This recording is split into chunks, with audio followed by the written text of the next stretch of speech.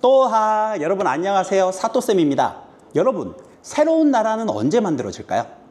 리더가 무능할 때? 아니면 전쟁에서 패배했을 때? 자, 오늘은 고려의 멸망과 조선의 건국에 대해서 배워볼 건데요. 이 파트를 배우면서 선생님이 낸 질문에 대해서 답을 찾아보도록 합시다. 자, 그럼 고려 말 상황은 어땠을까요? 고려를 간섭하던 중국의 원나라가 쇠퇴하고 그 빈자리를 중국의 명나라가 등장하면서 차지했는데요. 이 명나라는 만들어진 지 얼마 되지도 않아서 고려에게 무리한 요구를 하나 하게 됩니다.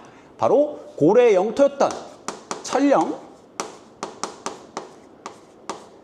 이북의 영토를 요구했던 것이지요. 이 천령 이북의 영토가 어디냐? 바로 이 지도상에 선생님이 빗금친 바로 이 지역입니다. 이 지역 어디서 배웠던 기억 나시나요? 예, 공민왕 때 원나라에게 힘겹게 싸워서 되찾아왔던 쌍성총관부 지역을 일컫는 말이죠. 그럼 여러분 같으면 신생국이었던 이 명나라의 요구에 따라 고려가 땅을 줬었을 것 같으신가요? 아니겠죠. 고려의 왕이었던 우왕과 당시 최고의 장군이었던 최영 장군은요, 이 요구를 거절하고 오히려 명나라가 가지고 있었던 옛 고구려 영역, 바로 요하강이 흐르는 동쪽 지역, 우리 뭐라고 배웠죠? 예, 바로 이 빗금친 요동 지역을, 명나라가 가지고 있었던 요동 지역을 이번 기회에 오히려 고려가 정벌하자라고 하는 의견을 내게 됩니다. 물론 반대하는 세력도 있었어요. 대표적으로 이성계 장군이 반대를 했죠. 하지만 결국 이 정벌은 결국 추진되고요. 총사령관으로는 최영 장군이 임명됩니다. 하지만 최영 장군은요, 수도 방해를 위해 개경에 남게 되고요. 역설적이게도 이 정벌을 반대했던 이성계 장군이 군대를 이끌고 정벌군을 이끌고 명나라를 향해 나아가게 됩니다. 자, 이성계 장군은요, 압록강까지 갔는데요. 압록강 하구에 작은 섬이 하나 떠 있어요. 위화도라고 하는 섬입니다. 이 섬에서 굉장히 많은 고민을 했던 것 같아요. 갈까 말까 하다가 결국 이 이성계 장군은요, 정벌군을 명나라 쪽으로 가는 것이 아닌 군대를 되돌려서 개경으로 되돌아오게 됩니다. 이 사건을 1388년에 있었던 위화도 회군이라고 하는 사건이라고 부릅니다. 이 사건의 결과 고려의 왕이었던 우왕과 최영 장군은 제거되고요. 이성계가 고려의 국정을 장악하게 되는 결과를 나타나게 됩니다.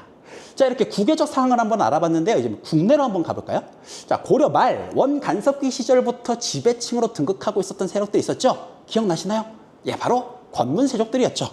이 세력들은요, 여러 가지 부정부패를 저지르면서 여러 가지 부정부패나 백성들을 노비로 만든다거나 대농장으로 만들기 위해서 백성들의 땅을 억지로 빼앗는 그런 아주 부정부패를 저질렀었죠. 그래서 고려의 멸망을 앞당기는 존재들이었습니다. 이 권문세족을 견제하기 위해서 공민왕 시절 성리학을 배경으로 하는 이들이 등장하게 되는데요. 바로 이들이 새롭게 등장했다 해서 신진사대부 세력들이 등장하게 되죠. 이 신진사대부들은 망해가는 고려를 되살리기 위해서 이성계의 국정을 장악한 이성계와 힘을 합쳐서 토지개혁을 추진하게 됩니다. 바로 이 신진사대부 세력들과 이성계가 힘을 합쳐서 토지개혁을 실시하는데요. 이 토지개혁이 1391년에 실시한 과전법이라고 합니다. 과전법. 이 과전법은요, 경기 지역의 국한에서 전현직 관리들에게 그 지역에 사는 백성들에게 세금을 거둘 수 있는 권리, 이거 세 글자로 뭐라 그러죠? 옛날 통일신라 신문왕을 했을 때 나왔던 단어인데요. 거둘 수, 세금조, 권리권, 수조권을 지급하는 방식이었습니다. 이 과전법을 실시하게 되면서 국가재정이 확보될 수 있게 됐고요. 그리고 신진 관료들의 재정적 기반이 마련되는 결과를 얻게 됩니다. 자, 이렇게 차차 고려의 멸망의 기운이 짙어져 가자 이 신진사대부 세력 내에서도 세력이 분화되게 되는데요. 첫 번째로는요, 신진사대부는 다 고려를 이제 변화시키고 싶은 마음은 동일해요. 근데 어떻게 변화시킬 것이냐? 자, 첫 번째는 온건개혁파가 있습니다. 온건. 그리고 그 반대쪽에는 급진개혁파가 있죠. 이 온건개혁파들의 대표적인 인물은 정몽주 같은 사람인데요. 이 온건개혁파는요, 고려를 변화시켜야 되는 건 맞아. 하지만 고려라는 왕조를 그대로 유지한 채 여러 가지 개혁이나 정책으로 변화를 도모하자라고 하는 사람들이 많이 있었습니다.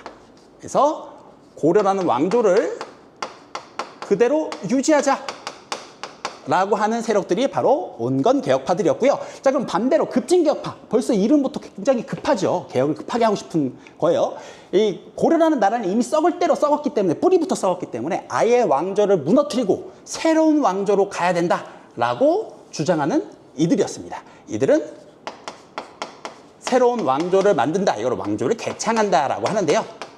왕조 개창을 추진하는 사람들이었고 대표적인 인물로는 정도전이 있었죠.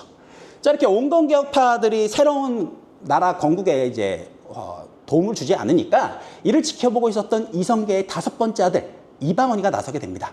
이방원은요, 온건 개혁파의 대표적 인물이었던 정몽주와 만나서 시를 한 편 읽게 되는데요. 이 시가 하여가라는 시입니다. 이런들 어떠하리 저런들 어떠하리 만수상에 드런치기 얽혀진들 어떠하리 너와 나와 얽혀져 100년 동안 누리자라고 하는 시를 썼다고 하는데요. 내용이 무슨 내용일까요?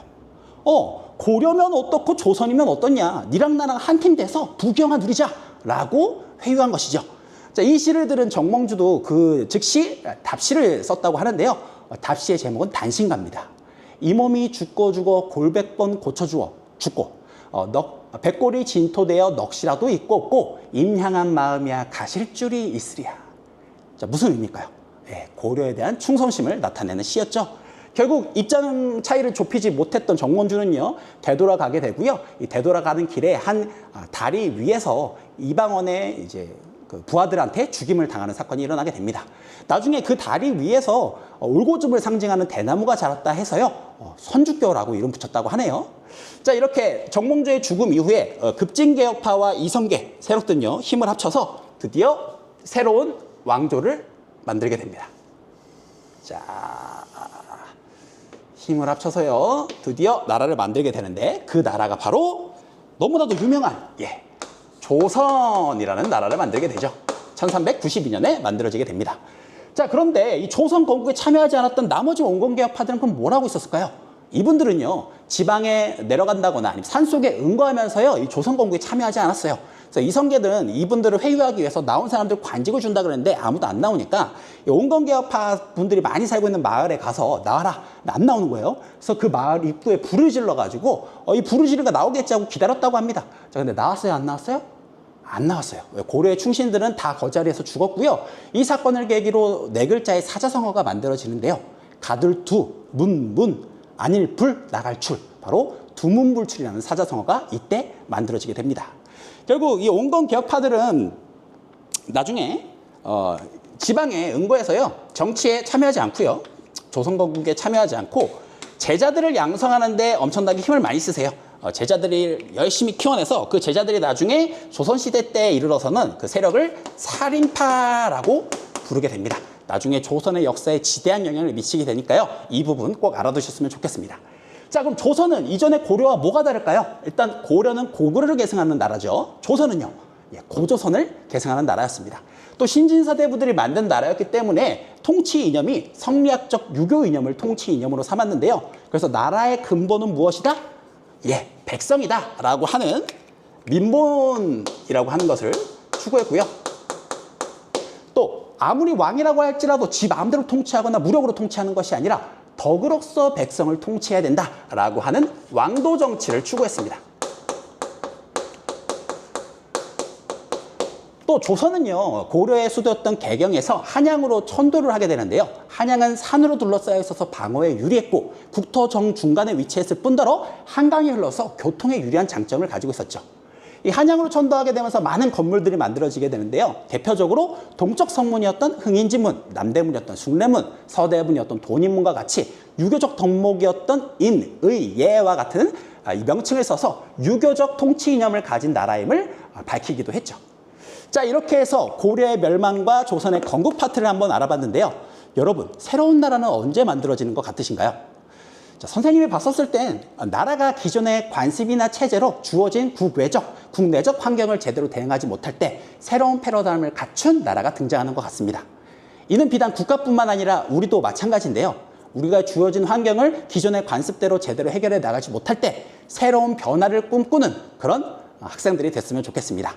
자, 이렇게 해서 이번 시간 마칠 건데요. 마지막 퀴즈 나가겠습니다. 신진사대부들과 이성계가 1391년 추진한 토지개혁의 명칭은 무엇일까요? 정답을 아시는 분은 댓글로 남겨주시고요.